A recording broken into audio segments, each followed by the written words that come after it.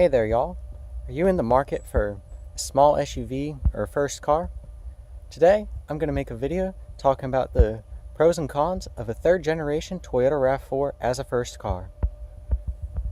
As y'all can see, small crossovers are a very common choice of car for people in late teens, early 20s, so I just wanted to take the time to make this video to discuss the pros and cons of the third generation Toyota RAV4.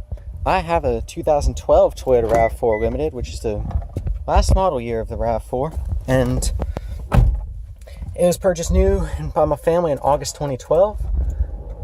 This is actually my second car. My first car was a small truck, and I just felt it was right to take the time to make this video because the third generation RAV4, as y'all can see, there's another one right over there, is a very common choice of car for many teenagers, especially girls. So I just wanted to discuss the things I like about my RAV4, the things that are kind of iffy, and whether or not it would be a good choice for a car. So I'll start off with some of the basic stuff. First, I'm going to start off with the fact that it's a really nice car to drive. My car has the 4-cylinder engine. These did come with a V6. The V6 had a ton of power apparently. It's like one of the quickest acceleration times for a Toyota, and if you're just starting out driving, I don't know if the V6 would be the best bet. It's more expensive, and 4-cylinder does the job just fine. I have a 4-cylinder front-wheel drive configuration, and I can already get up to speed, drive the flow of traffic. But I can do... Sorry about that. I can get up to speed just fine, and the front-wheel drive works out well. The only difference the four-wheel drive system seems to add on a RAV4 is that this blank black button here becomes the lock button, which helps with driving off-road, but I mean, it can drive on grass, it can drive on rocks, and there isn't really much off-roading you should need to do. And other things I like about a RAV4 include the fact that it has 5 seats. The middle seat isn't very spacious, but it still works. It's better than just having 4 seats, and it's very small in size as well. It's only 181 inches long or so, so even though there are smaller vehicles out there, like that white Honda, the Honda HR-V, and that silver car, the Nissan Rogue Sport, they're, compared to other vehicles, the RAV4 is a pretty good length, and it's easy to maneuver around.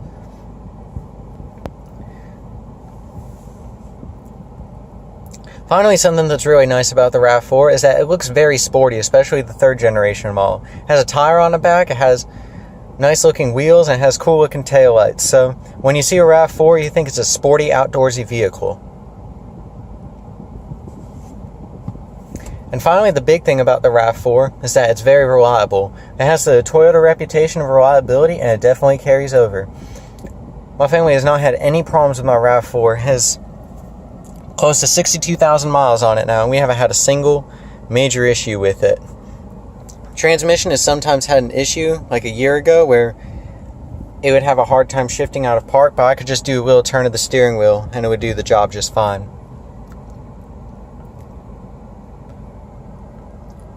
RAV4, even though it has 5 seats, and it's also very spacious, I'm about 6'4", 6'5", and I still have probably about 2 or 3 inches of headroom before my head touches the roof, and I do have the sunroof in here, and most RAV4s, especially the ones that people look for, are the base model, which don't have a sunroof, so that'll probably provide even more headroom. So if you're taller looking for a vehicle, the RAV4 is definitely a good way to go. Now some things about this generation RAV4 that may draw some people away. First one, I live down in the south, and I'm from North Georgia, and I go to school in Central Georgia, and AC is a pretty big necessity.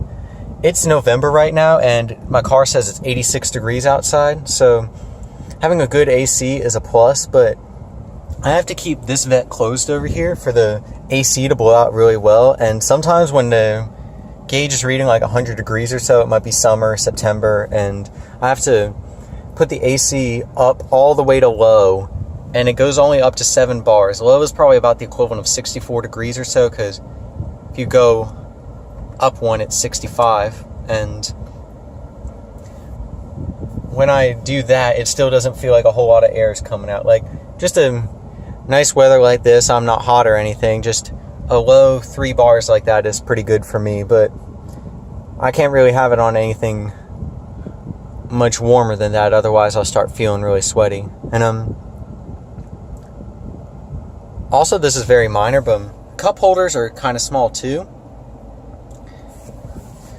Like, something that's really big here in Georgia is called Sodapalooza, and other gas stations around the country, like 7-Eleven, they probably have really big cups with their drinks too. But here in Georgia, Sodapalooza is a thing where you get like these racetrack drinks, and they're in like a cup. It's like 20 ounces, but it's like insulated. You get free refills all the time, and I take advantage of that during the summer. And I've sometimes had to carry around other big drinks, like a 30-ounce Yeti cup, for instance. And these two cup holders here are the only ones that can hold it very well. There's these rubber inserts here, and they come out to allow for bigger cups. But like the cup holders in the doors, similar sized ones there, and the cup holders that happen when the armrest folds down aren't sizable enough to be able to hold one of those types of cups safely. Like half-liter water bottle, a 12-ounce can, those can be held just fine. But if you're planning on carrying a whole bunch of people that have a whole bunch of big cups, then this may not be the right choice unless you just want to hold your drink. And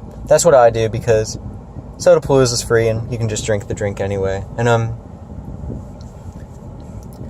other things that are good too, sorry about this is just a video I'm kind of making on the fly, but it has Bluetooth on the Limited at least, and considering this radio is the same on the base model RAV4s for the 2012 model, they probably have Bluetooth as well. And the Bluetooth is very handy. You don't have to worry about passing the aux, man, when you gotta play the songs. I can just sync up my Pandora and I can just listen to that as I drive along. I don't have to listen to the radio anymore. And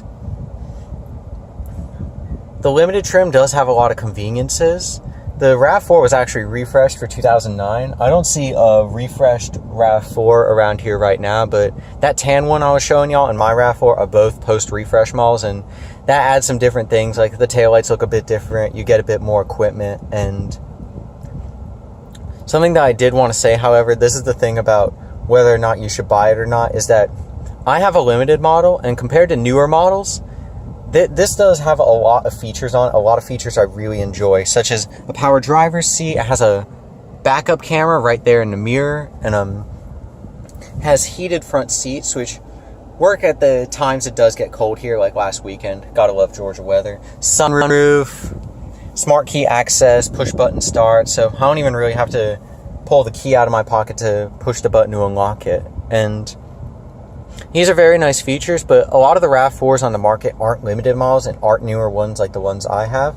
A lot of the RAV4s on the market are base model RAV4s, or ones from 2006 to 2008, which, while still limited, probably don't have features like the backup camera or maybe even the sunroof. And, well, probably not the Bluetooth either. That's a pretty big feature for today, because especially with hands-free calling, getting to answer people's phone calls. But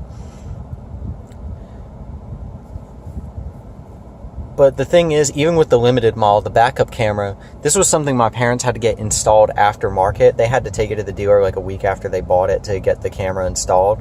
And it still does a very good job. It helps me out a lot. And compared to a lot of other small crossovers, the RAV4 does have pretty good visibility, but the backup camera does still help out a lot, especially when like knowing where I am. And the tire on the back too kind of makes it a bit difficult sometimes to know, oh no, I'm about to back into something. So that's why I just back into parking spots. It just makes it easier for me. I don't have to worry about backing into the cars near me when I'm leaving a spot. But overall verdict of a third generation RAV4, because like I said, they're very popular vehicles and it makes sense for a reason. But if you're tight on money, on a budget, I strongly suggest a third gen RAV4, like an older one, because I mean, there are a lot of aftermarket stereos, for instance, that you can get with like a navigation backup camera that would be a lot cheaper than just getting like a 2011 or 2012 Limited with a backup camera and navigation already. This one doesn't have the navigation, but it was offered on the post-refresh RAV4s in the Limited trim. And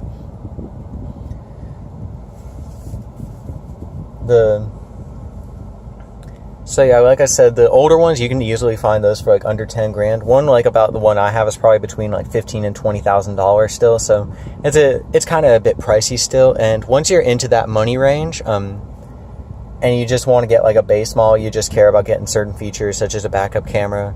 The extras such as leather, all that don't really matter to you.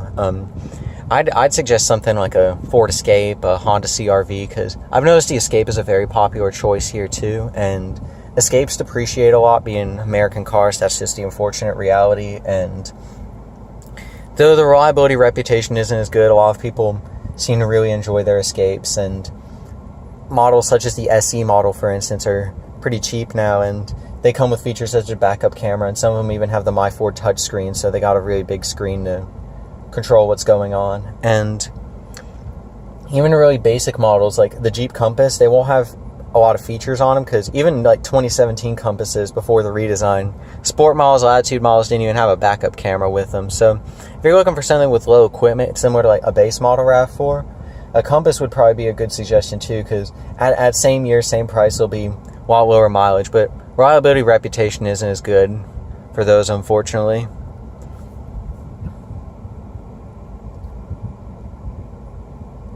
But yeah, I've been driving this RAV4 since July 2016. I've put a little over 12,000 miles on it.